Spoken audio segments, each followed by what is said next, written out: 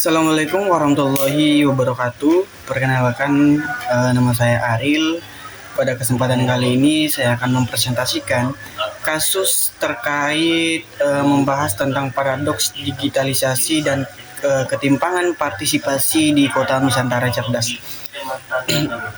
Yang pertama itu pada kasus ini dijelaskan bahwa pemerintah telah menerapkan sistem apportionment yang modern untuk mengurangi praktik korupsi melalui digitalisasi. Namun, kenyataan korupsi masih tetap terjadi. Menurut saya, hal ini menunjukkan bahwa teknologi saja tidak cukup untuk menghilangkan korupsi. Nah, jika dianalisis menggunakan konsep success triangle, terdapat 3 komponen yang utama. Yang pertama itu teknologi cerdas, yang dimana sistem apportionment memang sudah menghilangkan kontak langsung antara panitia dan vendor sehingga proses menjadi lebih transparan. Akan tetapi sistem hanya mengelola data yang dimasukkan. Jika spesifikasi teknis sudah dimanipulasi sebelum diinput ke dalam sistem, maka teknologi tidak dapat mengetahui adanya kecurangan tersebut. Yang kedua adalah fondasi institusi, yang dimana dalam kasus ini pengawasan internal dan tata kelola organisasi masih lemah. Belum ada mekanisme yang mampu memastikan bahwa menyusun spesifikasi dilakukan secara jujur dan transparan. Akibatnya korupsi tidak hilang, tetapi hanya berubah bentuk menjadi korupsi digital.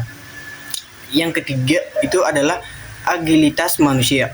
Nah, Menurut saya, faktor manusia merupakan penyebab utama apabila aparatur dan vendor tidak memiliki integritas. Maka mereka akan selalu mencari celah untuk melakukan kecurangan meskipun sistem yang digunakan sudah sangat canggih. Jadi dapat disimpulkan bahwa keberhasilan transformasi digital tidak hanya bergantung pada teknologi, tetapi juga membutuhkan lembaga yang kuat, pengawasan yang baik, dan sumber daya manusia yang berintegritas. Kemudian yang kedua yaitu mengenai sistem komplain berbasis artificial intelligence atau AI. Nah, menurut saya ini kegagalan sistem ini terjadi karena AI hanya mampu memahami isi laporan tetapi belum mampu memahami emosi, kondisi, dan tingkat urgensi masyarakat.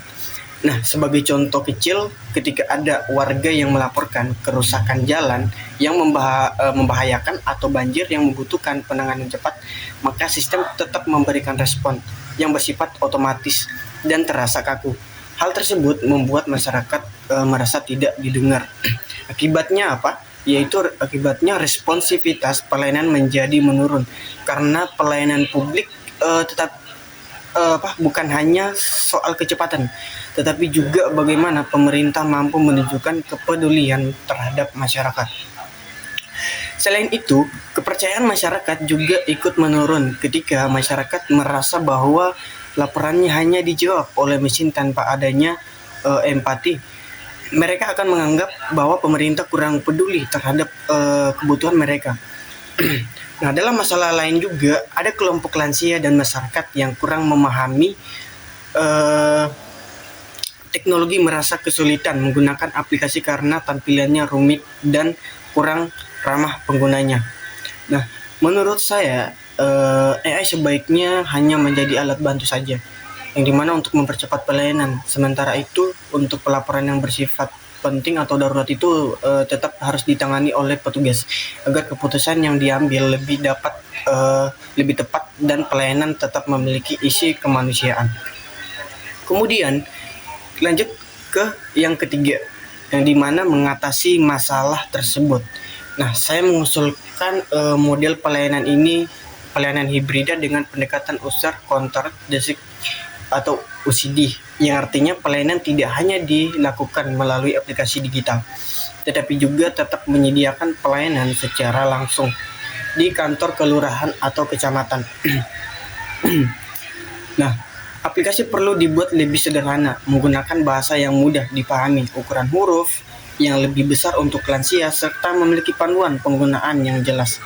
Kemudian, pemerintah itu juga perlu menyediakan petugas atau pendamping digital yang dapat membantu masyarakat atau menggunakan aplikasi.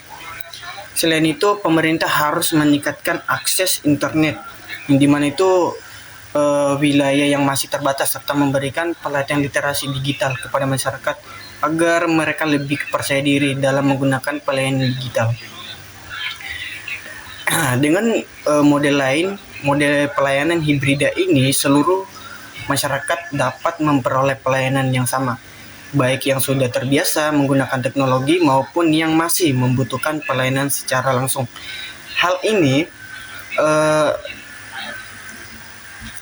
Hal ini sesuai dengan prinsip zero exclusion, yaitu tidak ada masyarakat yang tertinggal dalam memperoleh pelayanan publik. Jadi bisa saya simpulkan bahwa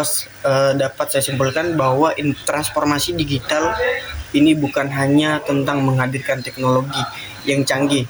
Keberhasilannya juga dibentuk oleh tata kelola pemerintah yang baik, integritas aparatur, serta pelayanan yang tetap berorientasi pada kebutuhan masyarakat. Demikian presentasi dapat yang saya sampaikan. Terima kasih atas perhatiannya. Saya akhiri dengan ucapan wabillahi taufiq wal hidayah. Wassalamualaikum warahmatullahi wabarakatuh.